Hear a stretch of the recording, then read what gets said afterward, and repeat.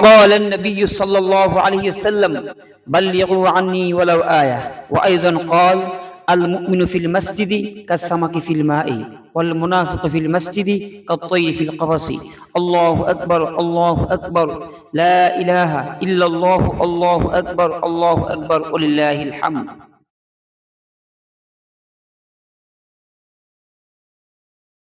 الله أكبر الله أكبر لا إله إلا الله الله أكبر الله أكبر ولله الحمد الحمد لله أستعينه وأستغفره ونعوذ بالله من شرور أنفسنا من يهد الله فلا مضل له ومن يضلل فلا هادي له وأشهد أن لا إله إلا الله وحده لا شريك له وأشهد أن محمدا عبده ورسوله أرسله بالحق بشيرا ونذيرا بين يدي الساعة من يطع الله ورسوله فقد رشد ومن يعصيهما فإنه لا يضر إلا نفسه ولا يضر الله شيئا أعوذ بالله من الشيطان الرجيم إن الله وملائكته يصلون على النبي يا أيها الذين آمنوا صلوا عليه وسلموا تسليما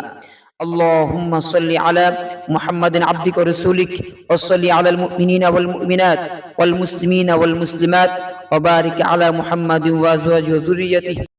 الله أكبر الله أكبر لا إله إلا الله الله أكبر الله أكبر ولله الحمد قال النبي صلى الله عليه وسلم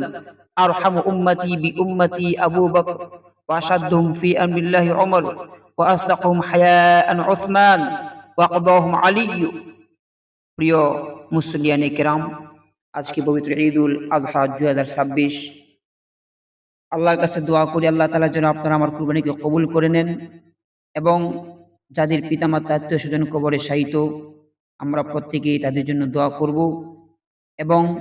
আল্লাহ তাআলা যেন আজকে ঈদের নামাজ যেভাবে পড়লাম এইভাবে যেন আল্লাহ পাক আমাদের সকলকে 5 ওয়াক্ত নামাজ পড়ার তৌফিক দান করেন।